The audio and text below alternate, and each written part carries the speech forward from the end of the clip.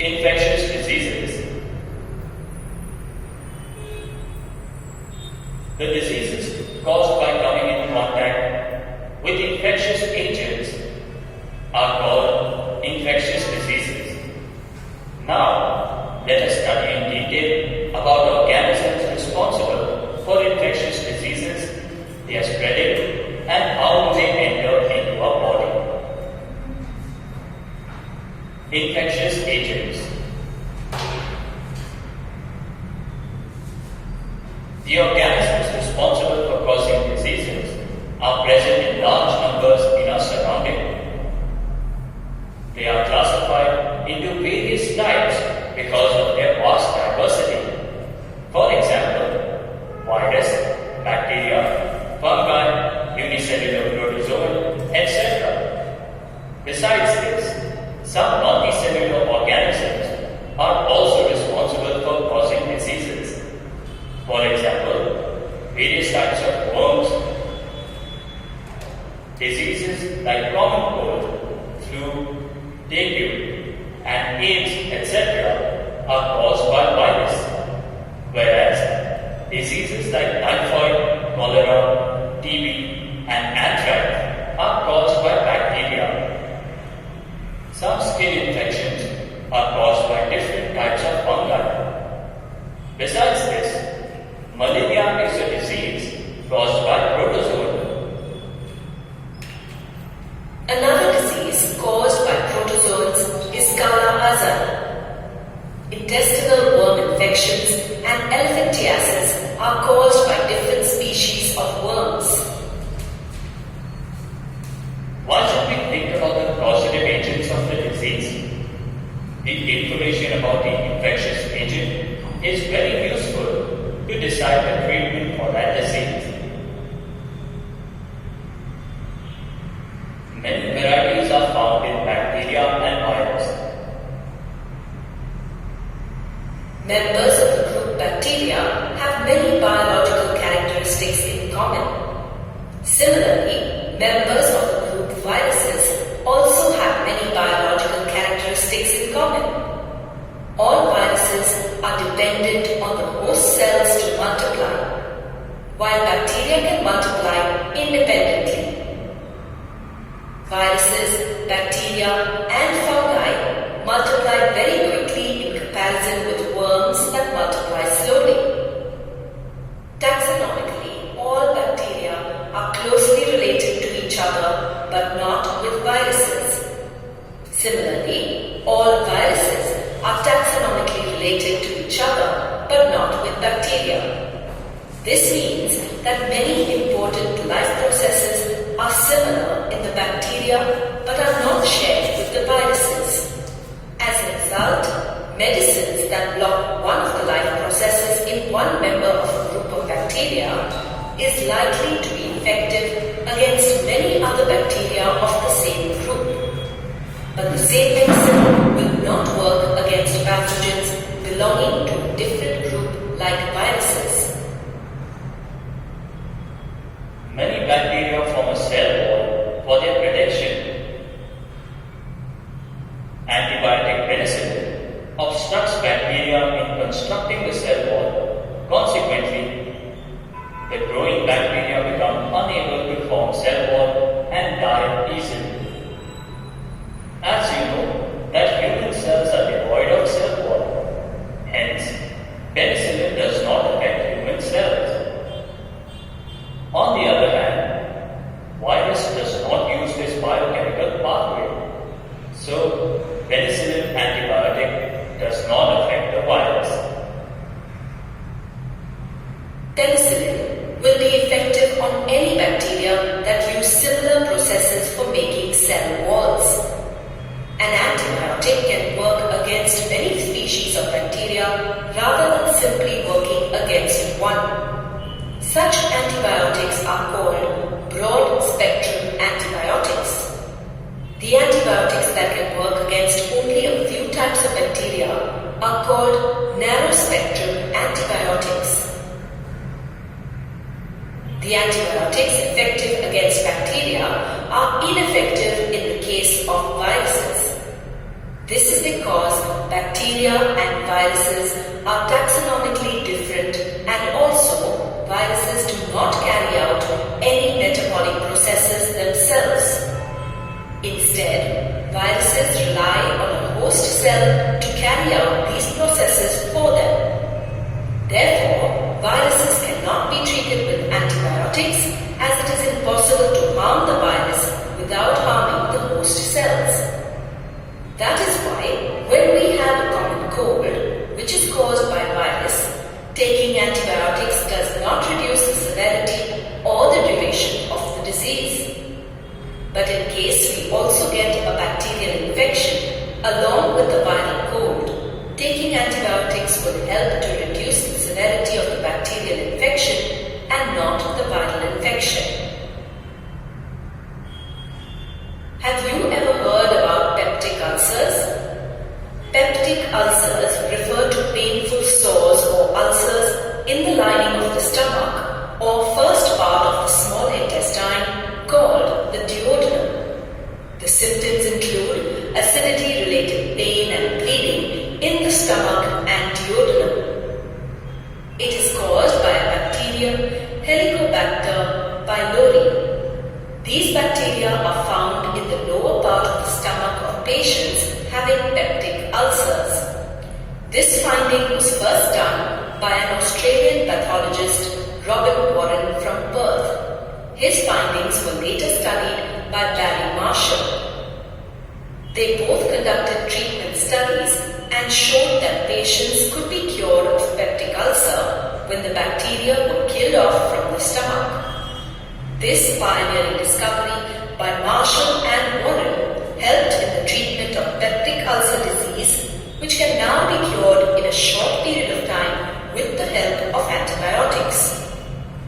They were awarded Nobel Prize in the field of physiology and medicine in 2005 for this achievement. Means of spread. How do the infectious diseases spread? Let us understand this. Microorganisms spread from an infected person to the healthy person by many ways. As the disease-causing microorganisms are passed on or communicated from an infected person to a healthy person, such diseases are called communicable diseases. Diseases spread through the air. Common cold, cough, tuberculosis, and pneumonia are the diseases spread through the air. Such diseases spread through sneezing or coughing of the patient. When the patient sneezes, many droplets are produced. Such droplets enter into the healthy person standing close to the patient through breathing, and the healthy person gets infected by the disease. Diseases that spread through air are called airborne diseases. These diseases are more likely to spread in more crowded areas. When an infected person sneezes or coughs, droplets are released into the air that contains the pathogens. Large droplets settle on the ground, whereas the small droplets evaporate to form droplet nuclei. These droplet nuclei are then carried by the air. The droplet nuclei get easily transmitted to a healthy person from an infected person. In a closed room, the droplet nuclei get circulated and pose a risk to the people living in the room. Thus, overcrowding and poor ventilation of rooms is a major factor in the spread of airborne diseases. Diseases spread through contaminated food and water. Diseases can spread through contaminated food and water. For instance, cholera, an infectious gut disease, is transmitted through water. In such a case, the transmission occurs if the excreta of the person infected by cholera gets mixed in water.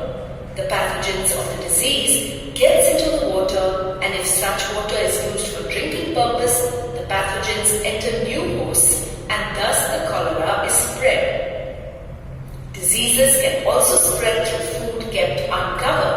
which gets infested with flies carrying the pathogens.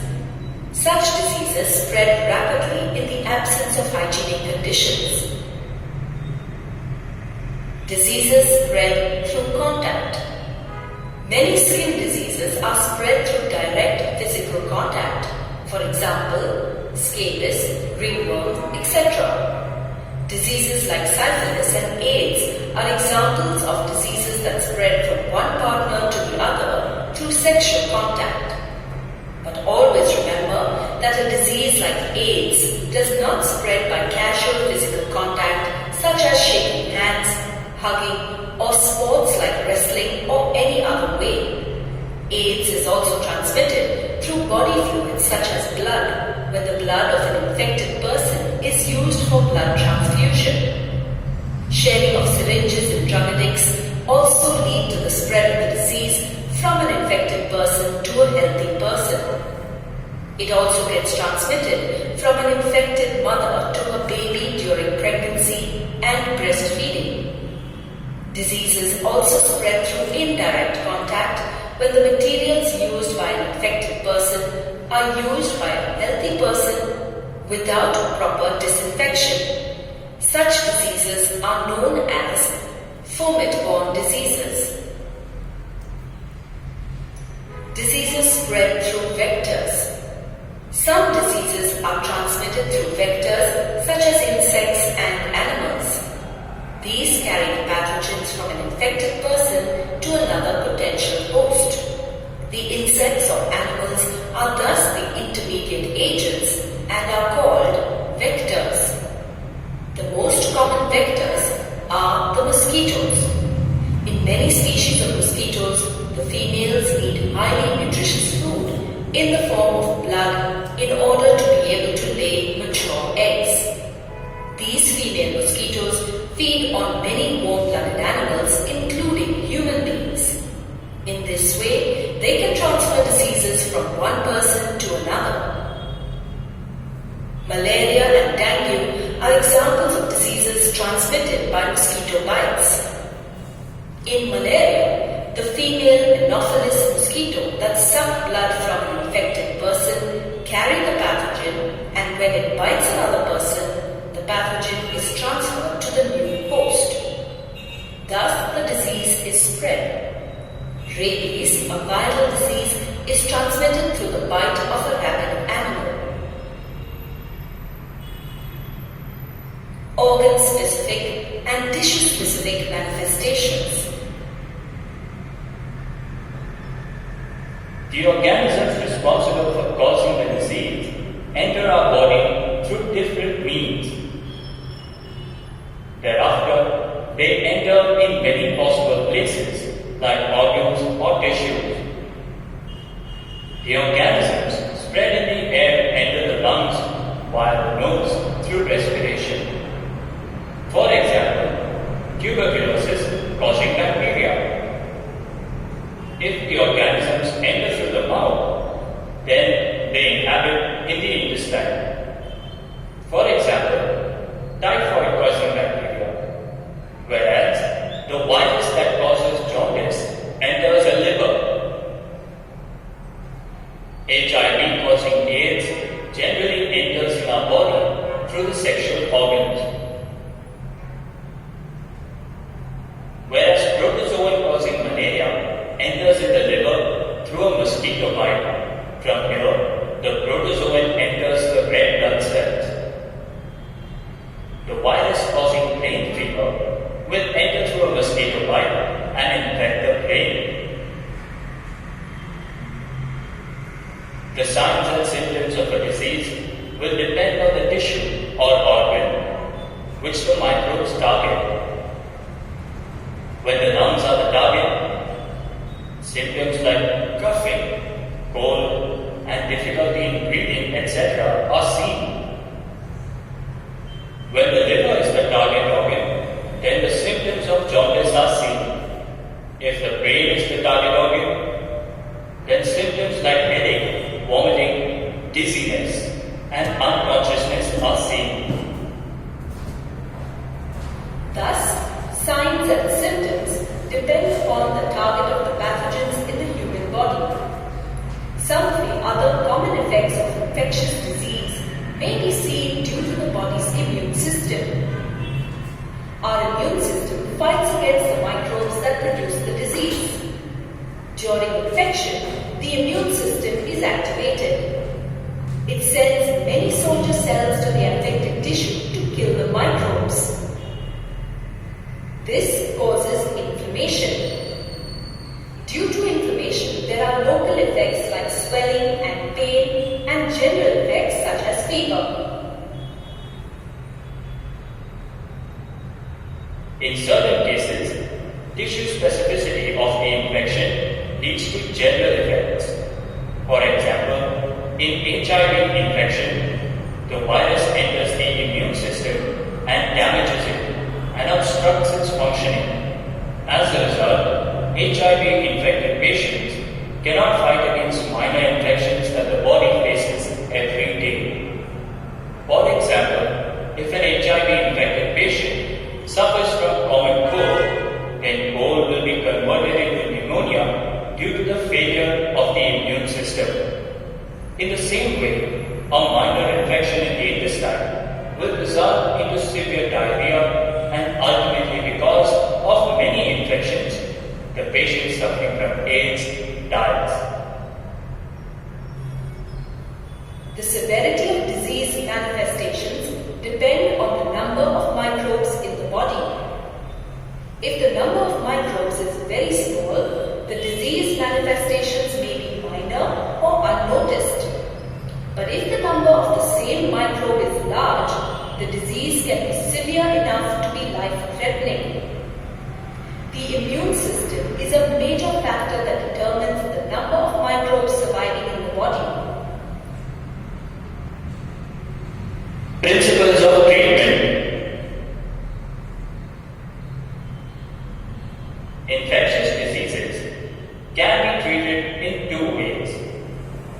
One way is by reducing the effect of the disease, and the other is by diminishing the disease or by destroying the cause of the disease. Treatment given to reduce the symptoms of this disease does not kill the infectious microorganisms. As a result, the person does not become free from the disease completely. Thus, it is very important to kill the microorganisms to cure the disease completely. Microorganisms are classified into various groups. For example, bacteria, virus, fungi, and protozoa. Microbes of each group show some specific biochemical reaction, which is specific for each group. Whereas the other group lacks such biochemical reaction. Such biochemical reactions can be for respiration or for synthesis of new substances. The reaction that takes place in the microorganisms may not be useful for the human body. For example, in our body, the method used by the cells for the synthesis of new substances may be different in bacteria. We should invent such a medicine which obstructs the process of synthesis of newer substance in bacteria, but which does not affect the cells of the human body. We use antibiotics as this type of medicine. The method used to make antiviral medicine is complex than the process used to make antibacterial medicine, because the virus shows less biochemical functionality. Virus enters the cells of the human body and uses the human body's organized machinery for its biological processes. Hence, there are relatively few virus-specific targets to aim at. In spite of this restriction, there are now effective antiviral drugs, for instance, the drugs that keep HIV infection under control. Likewise, there are medicines that are effective against protozoa and can kill it. For example, drugs against the malarial parasite. Principles of prevention. Now let us understand about the aspects of getting rid of an infection in a person who already has the disease. Before that, let us look into the limitations of this approach. There are 3 limitations of dealing with infectious diseases. The first limitation is that once a person is having a disease, his body functions are damaged and may not recover completely. The second limitation is the time required for the treatment. It takes time for the proper treatment, during which the person needs to take complete rest. The third limitation is that the diseased person may serve as the source from where the infection may spread to other healthy people.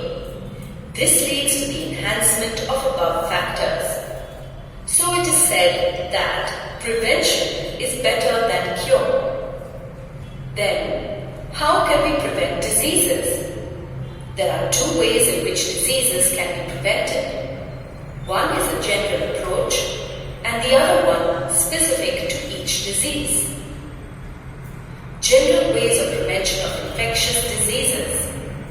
The general approach of preventing infections is mainly related to the prevention from exposure. Let us now understand about the ways by which we can prevent the exposure to infectious microbes. To prevent the airborne infections, residential arrangements should be such that it prevents overpopulation. Overcrowding of people should be controlled and prevented. One should try to prevent water from contamination. Water contaminated through microbes must be processed to make it pure, and clean drinking water should be provided. This prevents the spread of waterborne microorganisms. To prevent vector-borne infections, we should provide a clean environment by destroying mosquito breeding places. Public hygiene campaign is the primary step for the prevention of infectious diseases. It is also very important to have better immunity in the human body, besides the control of external factors to prevent the diseases. It is very important to consume nutritious diet in appropriate amount to improve the immunity of the body. Specific ways of prevention. Immunization. The specific way of prevention is through immunization. It is related to a peculiar property of the immune system that usually fights off microbial infections. For example, in case of chickenpox, if you had chickenpox once, there was no chance of suffering from it again. So, having the disease once was a mean of preventing subsequent attacks of the same disease.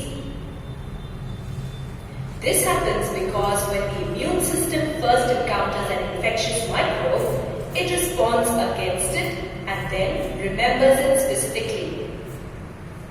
So the next time that particular microbe or its close relatives enter the body, the immune system responds with even greater strength.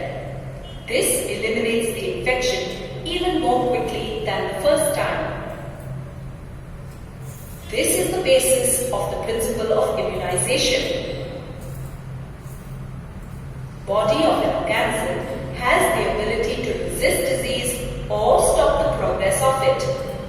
This ability is called immunity. Immunity is also defined as the resistance to the onset of a disease after infection by harmful germs. Immunization. It is the process by which an individual's immune system gets equipped to fight off an infectious agent. In the traditional Indian and Chinese medicinal systems, the skin crusts from smallpox victims were deliberately rubbed into the skin of healthy people to induce a mild form of smallpox that would create resistance against the disease. Edward Jenner, a British scientist, developed a vaccine for the disease smallpox. Noting the common observation that milkmaids generally do not get smallpox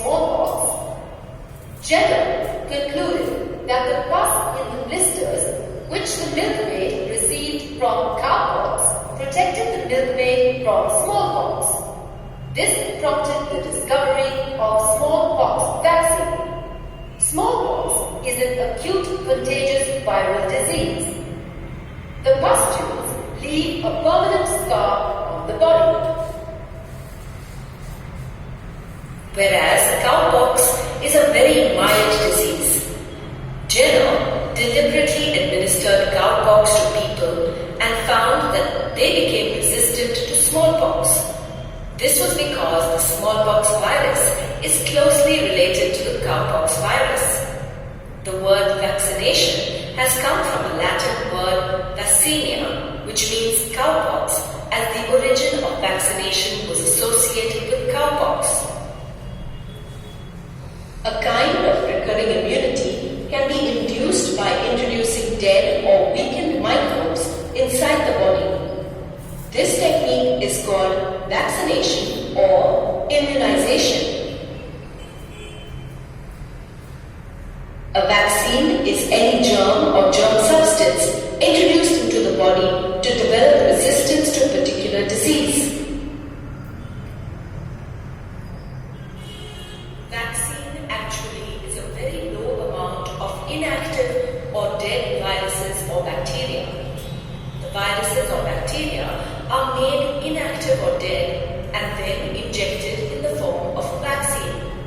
As a result, when injected, they do not cause the disease, but the cells producing immunity are stimulated. If the healthy virus or bacterium invades again, these cells resist and prevent the disease from occurring. Thus, the human body avails protection against various diseases. By vaccination, we can fool the immune system. A vaccine contains preparations of dead or inactive microorganisms or their substances that mimic or behave like the pathogens. When a vaccine for a particular infection is introduced in the body, it does not actually cause the disease. The vaccine prevents any subsequent exposure to the infecting microbe from turning into an actual disease. Several diseases like cholera, typhoid, chickenpox, tuberculosis, smallpox, and hepatitis can be prevented by vaccination.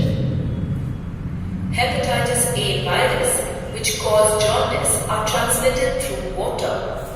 In India, majority of children become immune to hepatitis A by the time they are 5 years old. This happens because they are exposed to the virus through water. Under these circumstances, the administration of health department is recommended to avoid any incidence of the disease by introducing vaccine against hepatitis A in children. Anti-rabies vaccine for both humans and animals are available to prevent the infection caused by rabies virus, which is spread by the bite of infected dogs and other animals. In your childhood, you must have been given injections and oral doses to protect yourself against certain diseases. For example, BCG vaccine at birth, triple vaccine against diphtheria, whooping cough and tetanus, polio vaccine against the poliomyelitis virus, and also individual vaccines against diseases like measles, diphtheria, and tetanus. It is necessary that the vaccines are administered according to a fixed timetable to protect the child against diseases. Awareness and public participation is a key factor contributing to the success of vaccination programs.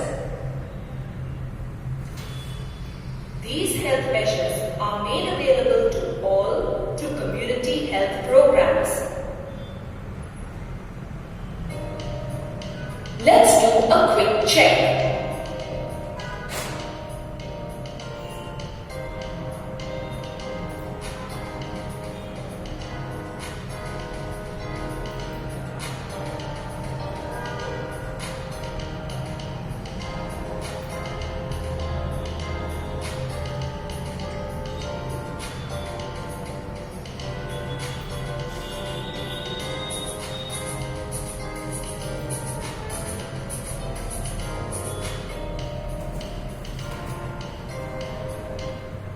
diseases